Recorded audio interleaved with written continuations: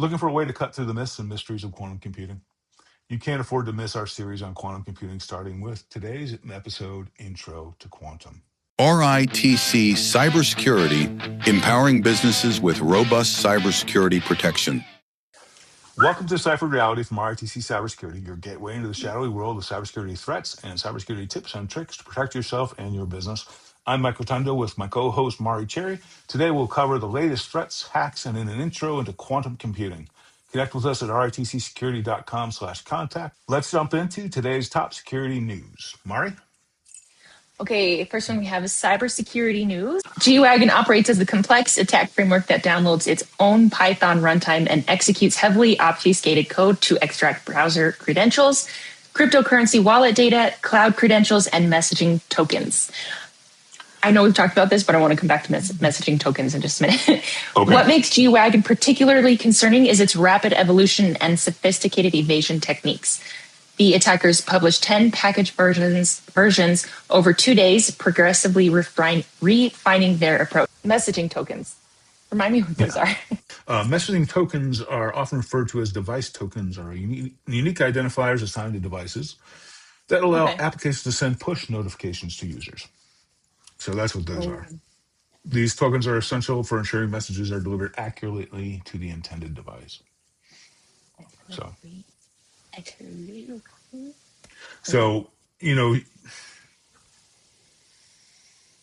it's like when your apps give you a notification, right? And say, this is ready, or, like I get like a notification from my camera saying this is happening. So it's like a device. That's what a messaging token is. It's a push notification of what's going on. Oh, okay. Yeah, that seems not great. Yeah. So, and a lot of people, you'll click on them, right? It can force you to, or entice you to do something, right? So click on it or whatever. And yeah, I mean, that's what it is. Oh, So that's why. So my guess is it's something like log in here, do this, do something, because they didn't go into actual detail on that, right? It does say that they're extracting it though. So what would be the point of taking a messaging token? I wonder. Oh, so they can fake them in the future. Oh, replicate. Oh, yeah. Okay. Yeah. They're trying to make them so they look legitimate, and that's the whole intent behind that. Okay, got it. Yeah, it's a highly sophisticated multi-stage information stealer designed to harvest sensitive data from a victim's computer. That's really great. Yeah. Well, go ahead. No, I was saying the other thing that's interesting is that it uses the existing Windows DLLs. Yeah. There's also something else in here. It says the detection evasion through continuous evolution. What makes G-Wagon particularly concerning is its rapid evolution and sophisticated evasion techniques. So that's scary. Right. The attackers published. Oh, I already read that part. Sorry. Yeah, I don't love that. The evasion part. No, and what they're doing is, yeah, well, that's the problem is, so your antivirus is going to go look for the specific pattern, and the pattern's going to change. It's going to go look for patterns, and patterns are going to change. So it's being nimble. I mean, that's. I mean, you got to give your hat, take your hat off to them. I mean, they're really, they really put some real effort into this.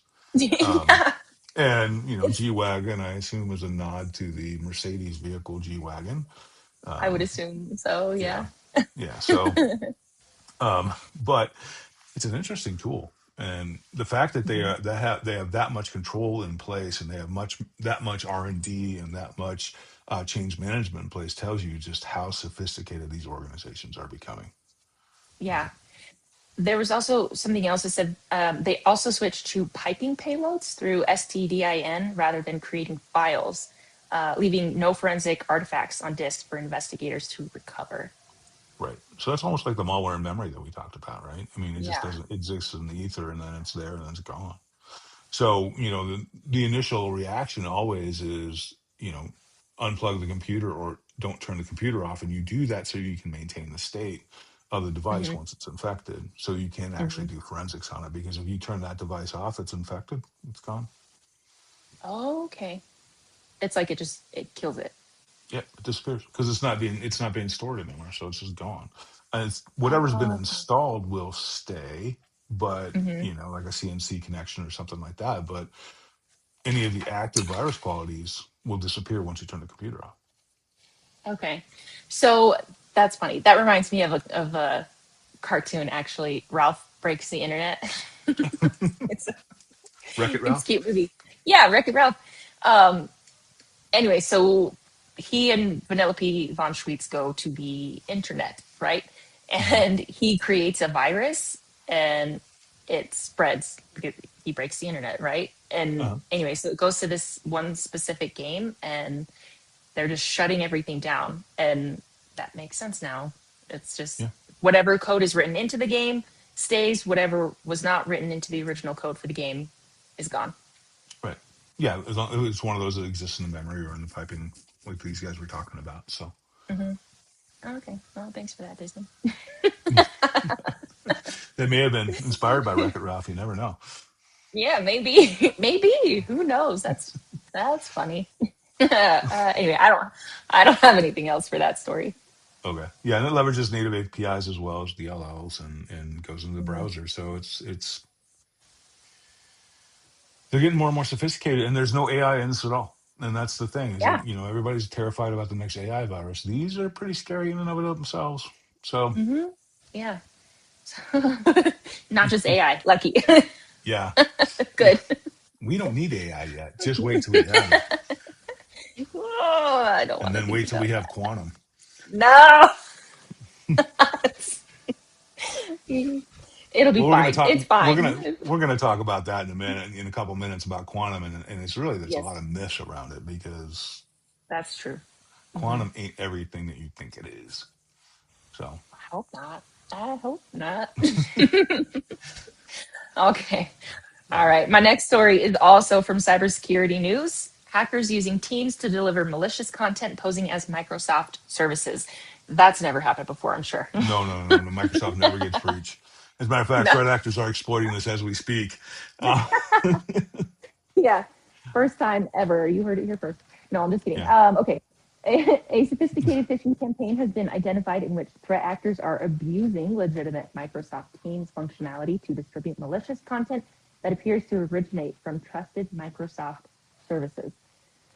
So, yep, this I'm assuming they start with the phishing campaigns and then get information, and then that's how yep. they then get into Mhm. Teams because then they have information and can pose as specific Legitimate users. people. Yeah, yep. Okay. Yeah, and Cool. then the other thing is Cool. by Cool. Cool. Cool. leveraging the platform's invite a guest feature and crafting deceptive team names. If RITC used Teams and someone wanted to hack us, they would set up a team like RITC Communications or IT something like that, and then Mm-hmm. invite you and Nikki and Dave and blah, blah, blah, and all of a sudden, um, as soon as we all join, we're a host.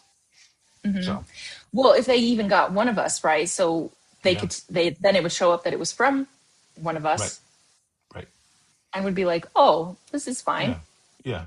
Mark's sending us out, so it's got to be right. Mm, Yeah, yeah, that's so tricky. How do you, yeah, I guess, just confirm with the person, right? right. Separately, not in Not on Teams, Teams. not in Teams. Like, No. hey, is this Mari? Yeah, it sure is. Yep. Sure. Yep. Yep, you got it. Yep. Okay, so something else that says the attack methodology relies on exploiting the trust users place in automated notifications from collaboration platforms, which, especially if you're in a bigger company, I can only imagine you have to rely on that quite a bit. I mean, I Right. would assume rather than spoofing email addresses or injecting malicious URLs, the attackers create a new Teams within Microsoft Teams, like you just said, assigning them names designed to mimic urgent financial alerts. These names often reference subscription renewals or auto pay notices to induce panic, which is a Right. pretty typical tactic they use. Now, you think about it, I don't know if you intended this or not, but this actually goes back to that first one when they talk about stealing the messaging tokens, right? So Mm-hmm. that's what the Oh, messaging okay. tokens would be used for, would be Mm-hmm. this kind of communications, I right? totally So, did that on purpose. yeah, I know. I figured you did. There's always a method to your madness, but yeah, yeah, Yeah, for sure. Okay. Oh, that's cool. Actually, that we could that makes that makes more sense. It explains it a little Yeah, better too. Okay, yeah. nice. So Uh, additionally, I anyway. don't know if you were talking about Hmm. this or not, but since the email infrastructure is real, right? Since they're using actual Hmm. Teams functionality, actual M365 functionality, it Yeah. passes FPF, DKIM, and DMARC, which is what you use to protect yourself from these things, from the email part of it, right? So because it's a legitimate Windows tool, Right. you can, I mean, the email Oh, controls don't catch it. yeah. Let's see. This says to evade automated content filters, attackers employ obfuscated techniques within the team name, utilizing character substitutions, mixed Unicode characters, and visually similar glyphs. Yeah, Glyphs? like pictures, like Mm. hieroglyph. Oh, right. Duh. Yeah. Oh, okay. Okay. Yeah. And then the Okay. other piece of it, I don't know if you saw, was the campaign is distinct in its use of phone-based social engineering as well. Yeah. Okay. So what the heck? What are people So that, supposed to do? well, yeah, and they text users to connect to a fraudulent support site. So, Mm-hmm. and so it's like, all right, well, this is a legitimate message. I'm getting a text to contact support. So, obviously this is real. And I mean, think about it, if you're busy and you got a computer problem and you got this, that, and the other thing going on, you're just going to do it, right? I mean, it's just, a lot of people are just Maybe. going to go ahead and they're not going to think. So this is where Yeah. training comes in. But I mean, Mm-hmm. it just shows that they're getting smarter and smarter, and everything that we've done in the past to try and train against things like this. Well, they're like, Mm-hmm. all right, now we're going to do this, sucker, kind of thing. Like this is the Yeah. next step. Mm-hmm. Or it's like an ebb and flow almost. Like they do this for a little while and then they'll move on to something else. It's like when I it's like when I clean out my kids' toys and Uh, put them away for a few months. And then I'm like, hey, do you guys remember these? We're gonna trade out these for the other ones. So they're yeah, just kind of like trading back and forth between older tactics and newer tactics. yeah, Keep yeah, you and on your we toes. yeah, we've talked about it, how it all runs in cycles and campaigns, right? Mm-hmm. Mm-hmm. So yeah, We should just create a cheat sheet of it's gonna be so long though of all the oh no, steps we're gonna die. to Yeah, do for every freaking thing. Just but I guess really though, we could just say just stop yeah. for a minute. Just stop. Take a breath, actually look at it. Yeah. Well, it's like that Yeah. IR tabletop that we did. Yeah, was it Wednesday? Wednesday, Um, Thursday. I don't know. or Thursday morning, yeah. With that client, and we pulled that Hmm. calendaring issue out where people were sending fraudulent calendar invites, and the tech Yeah. guys are like, "Oh yeah, we'll do this, this, and this," and the support people who just deal with customer service were like, "Do a what? Do a what?" Hmm. You know? Yeah. So Because you don't think about it. right, right, Ah, okay. Yeah, just stop for a minute. Just take a minute. yeah, And there's got to be usually someone that they can reach out to within the organization, right? it should be, yeah. Should I be. mean, if you're getting a text telling you to call a fraudulent support number, Hmm. that probably should, ring a bell in your head that, wait a minute, that's not the support number. And there's no Hmm. notifications out there about changing support. I'm going to call the real support number, Right. you know? Okay. Yeah. So there should be that person that they could say, "Hey, did this come from you, or did this come from your department, or Right, is this what is my next step right. with this particular situation? Is Right. that going to inundate that particular department or person who is Well, they're assigned the to that?" support department. They're expecting that kind of stuff anyway. Okay. Okay. Yeah. And the other thing is that, in your training, you could reiterate every Hmm. quarter, this is the support number. It's not going to change. If you get another number, it's bad. It's not. Yeah, that's good. Okay. Okay. Well, that's all I've got for the news. Okay. Looking for a way to cut through the myths and mysteries of quantum computing? You can't afford to miss our series on quantum computing, starting with today's episode, Intro to Quantum. Mari? Ooh. Okay. So a lot of people, when they hear quantum computing, often Mm-hmm. might feel a little scared, like Yep. myself included, maybe. But like you said earlier, there's a lot of myths around it. Yeah. We're actually not going to get into that this episode. That'll be the next episode. This is very beginner, tip of the iceberg. This This is Intro episode. Quantum 101. Yeah. So yeah, we're gonna slow way down today. Yep. Yep. No. physics degree required. Okay. Okay. Yeah. So just the basic idea of what quantum computing actually is, why it exists, and why people are talking about it so much. Problems being solved with quantum. Traditional computers are they're super powerful, right? Would you? Hmm. Most of them, Yep. maybe not Microsoft. Yep. Not those running in Microsoft. That's correct. Yes. But they're built on a very simple idea. You might be able to explain that better than I would, but we're not going to get into that. Everything Okay. boils down to bits like ones and zeros, right? Hmm. Yep. Okay. I'm on the right Yep. right path Yep. so You far. are. You are. Yep. Okay. Okay. And as problems get more complex, things like modeling molecules, right? Yes. Optimizing massive systems, which Hmm. isn't really something regular computers can do right now. No. No? Okay. Or simulating nature. I thought that was interesting. Yeah. Okay. That's pretty fascinating. Whew. Okay. Yeah. Classical computers start to hit limits, not because they're bad, but because nature itself doesn't behave in simple zeros and ones, Yeah. obviously. Yeah. So they try and they try and Remember? harness quantum objects because they're often bizarre and counterintuitive, like nature's. So, Okay. Yeah, I'm so sweating already. I know. You know, I feel like I am way over my head, way over my head on this one. that's Okay. okay. Okay. So yeah, quantum works in qubits. Yes. What even freaking is that? Well, a qubit is a quantum bit. It's the Uh basic huh. unit of information used to encode data in quantum computing. It can be best understood as the quantum equivalent of the traditional bit used by classical computers to encode information in binary. Yeah, I'm getting technical now. Sorry. Enabled by the unique properties of quantum mechanics, quantum computers use qubits to store more data than traditional bits, vastly improving cryptographic systems and perform very advanced computations because qubits can exist in two different states at the same time. So where a bit can be a one or a zero, a qubit can be multiple. Yes. Oh, okay. So Oh, I know yeah. you were going to say that, so I just threw it. I figured I'd try Yeah, and steal your exactly thunder. that. So Yeah, well, it's fine. yeah, I did find an example that I thought was kind of helpful. Maybe okay, this will. So instead of bits, we just said, it uses qubits. A okay, classic bit is like a light switch. It's either on or it's off. that's correct. And a qubit is more like a dimmer switch. Right, It could be somewhere in between, a little bit of both. that is an excellent Does that make example. sense? Woo! Yes, Okay. yeah, good for you. Okay. All right. Like You I said, you I am sweating. yeah, you just revolutionized the quantum. That's perfect. Yep, yep, yep, yep. Cool. Okay. Quantum's like a dimmer switch. There you go. There you go. I think we can end the episode there. Oh, great.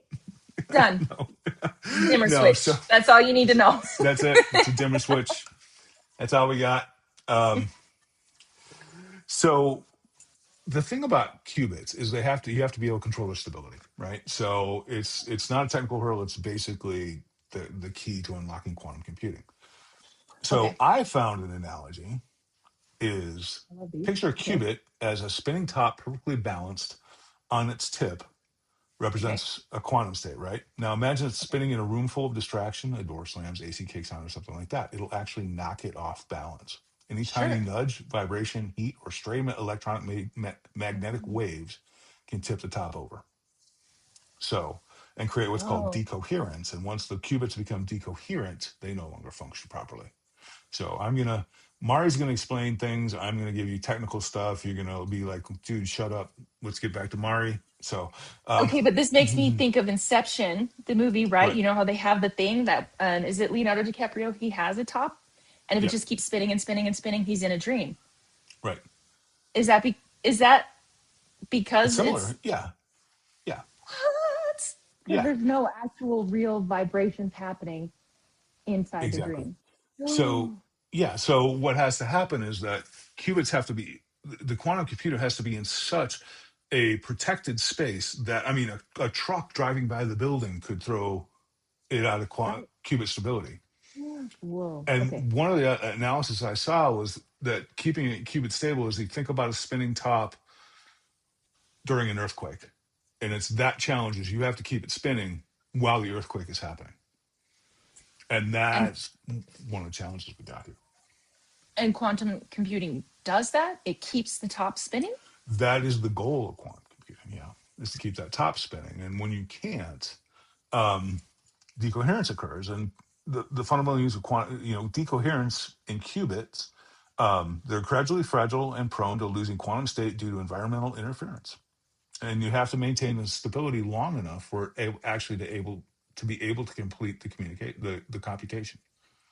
So that is the challenge that they have. So because these things are so fragile, that if they don't maintain stability, they don't do you any good. Holy crap. Yeah, Okay. yeah. My So brain is melting. it's okay. That's okay. Um, I had to read all this and study all this, and I thought it was actually kind of interesting. It's just like, Yeah. and I got into, um, quantum physics, which is also known as quantum mechanics, is the branch of science that studies matter and energy at the smallest scales Yeah. and gets into This is really subatomic cool. things. Yeah, I know. I think so. And then what it does is it gives you the ability to create what's called superposition, which quantum objects can exist in multiple states or locations simultaneously until measured. Oh, yeah. Okay. I I had actually pulled that bit too. I don't know if we both got it. Anyway, whatever. Yeah, I yeah, read almost the exact same thing. yeah. Uh, is So that think of like on the Matrix? think of it like going back to the Big Bang theory, Schrodinger's cat. Remember that Okay. I'm talking about Schrodinger's cat? You have a cat in a Yes. box, and it's either alive or dead until you open it, or both until you open it, and you have no way of knowing until you open the box. Oh, okay. Well, for some reason, I just pictured. Oh shoot, I can't think of his name now. The bad guy. Matrix. Oh, I was just like yeah, everywhere, multiple. yeah, Like he was just. yeah. Hello, Mr. Anderson. Yeah, Yeah. Mr. Smith, I Yeah. think was his name. Oh, okay. Yeah. Yeah, Is that the same thing? Is that the same thing? yeah, yeah. He can be in multiple states at the same time. He can be multiple. Yeah, yeah. Okay. Is Every time I watch Lord of the Rings, though, and Elrond is on it, I'm like, "Hello, Mr. Anderson." yeah, yeah. Right. He's cooler in Lord of the Rings. Well, Yeah, yeah, he is. No, yeah, I stand by yeah, that. yep, He's cooler in yep, Lord of the Rings. yep. Okay.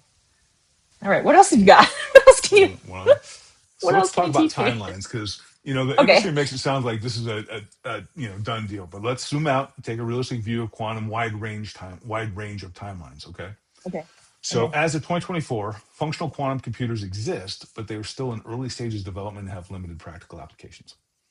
Now, Okay. IBM says large scale quantum should be available at the end of 2026. Other opinions I've seen is the earliest commercial quantum applications will need several million qubits, which is much bigger than the quantum computers that exist today. Okay. And that's really the thing. Assuming exponential growth similar to Moore's law, which is this algorithm, and we don't need to get into Mm-hmm. that because I don't No, understand it not right personally. now. They're predicting that the first applications could be within reach around 2035 to 2040. Okay, which kind of So aligns more with that conference we were at, yeah, right? yeah. Okay. Yeah, and then according to Amazon and Microsoft, by 2030, quantum computing is expected to break out of its niche in experimentation and integrate into critical sectors via cloud-based access model. So what they're Ooh. going to do is build their own quantum computers, and then you're going to have to leave space on it, or you're going to have to use it for certain things. But it's not your quantum computer; it's their quantum computer. So they're using this platform as a service. And platform as service is Okay. basically it's my computer. I'm giving you time on it. Back in the old days when you had to book time on mainframes to be able to do your work, those kind of Mm, things. So, okay. Oh, I'm sorry. What? so um, back in the old days, back in like the 70s, okay, like I know this because my mom got her master's in the 70s. She used to have to book time on the computer to be able to work, do her research. So Oh, she would right. Like actually log into a mainframe and she would have a certain amount of time on that mainframe. at home Yeah, she would or log in like from home. Yeah, but it was over a phone line. So she was over like a 56K modem connecting in. what? Yeah, yeah, Okay. yeah. Or if you were in a lab, you would have to book time on it, and yeah, so you'd have to book time on the computer to use a certain amount of space because it only had a certain amount of processing power. So you would be allocated time on Okay. the computer for 2 hours or an hour or whatever it was. Weird. Yeah. Okay. So that's what this is going to be. It's like, but I mean, it's going to be able to do a certain amount of processing, but it's going to be able to use it as a service. So it's going to be you're going to be able to it's going to be like AWS, right? I cost you $500 a year to have access to this quantum computer for X number of hours or whatever.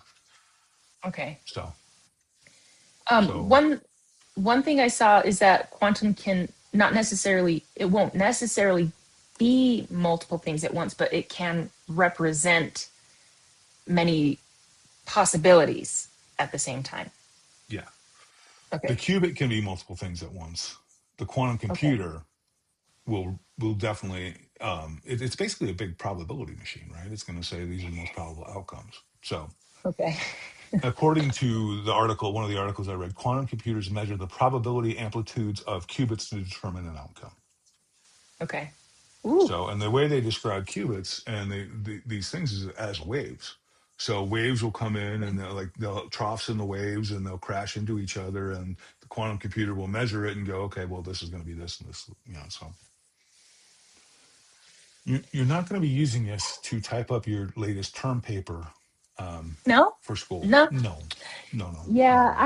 I saw a few examples of what it's going to be good for. It's like simulating chemistry and materials, optimizing problems, certain Hmm. cryptography, and math problems. So Yeah, yeah, not for your average everyday user. no, no, and the cost is prohibitive too. But I mean, it's going to be. Yeah. I mean, it's going to be ridiculous. But I mean, there's some other things. It's like quantum hardware is extremely fragile, and it has to be in specific states at specific times, and it has to. I mean, the cost is going to be astronomical. It's going to be probably 2075 before. I'm throwing a number out there before it's like you can put one on your desk. Mm. Because and they'll by that time they'll have found something better. But it's got to be high precision hardware across multiple domains: physics, cryogenics, materials science, electronics, and computer engineering. What has to be involved for that? Now, did you read about the quantum processors? No. Okay, What quantum is this? processors. This is also technical. It's not really technical, Okay. but it's just kind of cool. Okay. Requires temperatures before it to function. It requires a temperature near absolute zero. Do you know what absolute What? zero is? Yeah, Tell us. negative 273.15 degrees Celsius or 459.67 Fahrenheit. So it has to run at that temperature in order for it to be How? functional. Right. Exactly. How So is how do this you even? maintain Why that? are we even talking about this right now? Yeah, How is that exactly. possible? Exactly. So everybody's like, oh, yeah, quantum computing in 5 years. It's like, I don't think that's really going to happen. It has to maintain that temperature the whole Yeah. time. hmm That's how, otherwise, the processor, because it's processing so much stuff, it'll basically degrade and destroy itself. What in the Yeah. world? Yeah. Okay. Now, my AC is pretty good because it's new, but it doesn't get to negative 459.67. No. Okay, No. I had no idea. Yeah. What would you how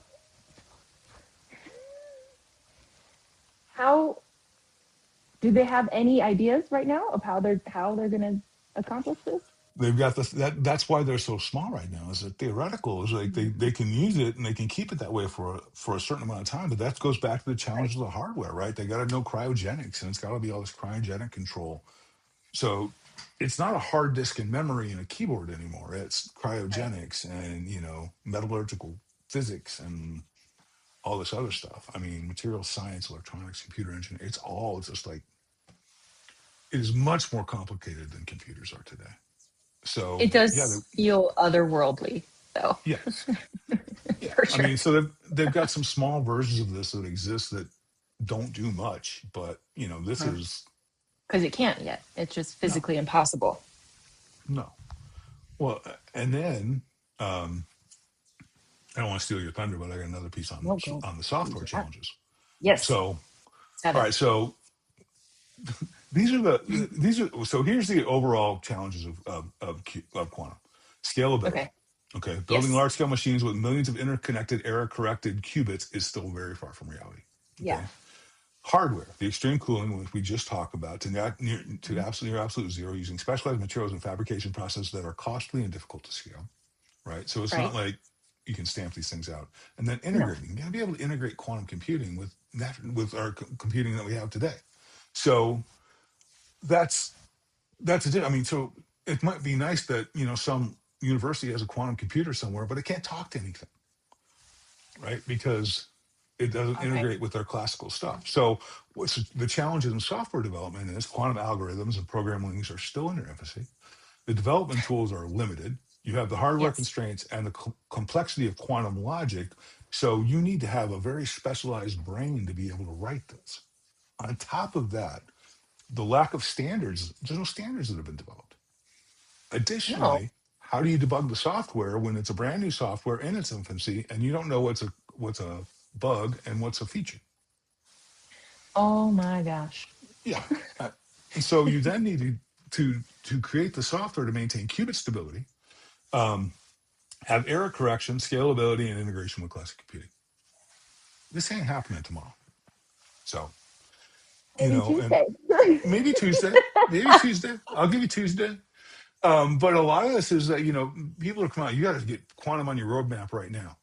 Well, sure you do. You got to at least acknowledge that quantum may be an issue.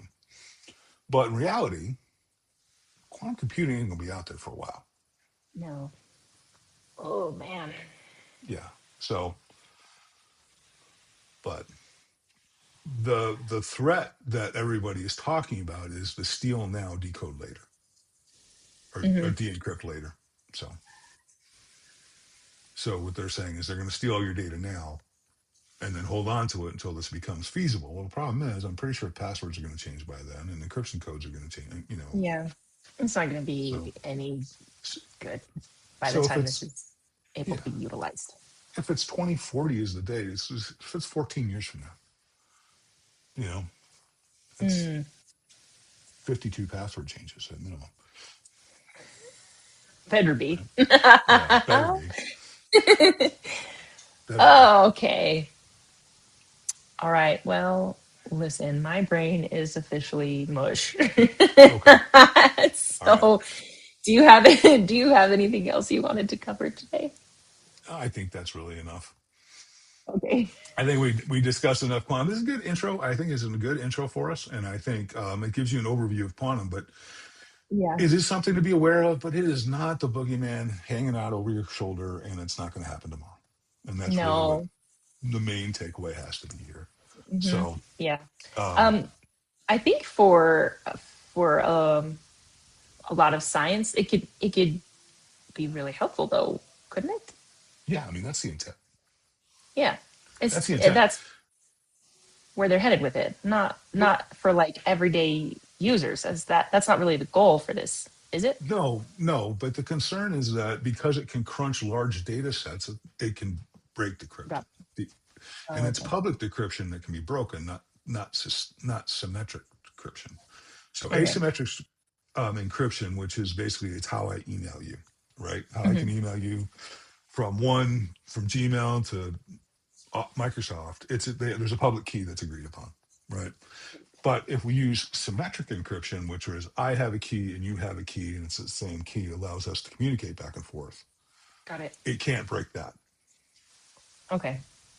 Okay. So I understand why people would be scared though, because with it in the wrong hands, obviously, it would yeah. be bad. But the question, I mean, it's not like scattered spiders are going to go pick up their quantum computer next week. It's No. just not. It's not going to happen. Yeah. So Okay. All right. Well, yeah.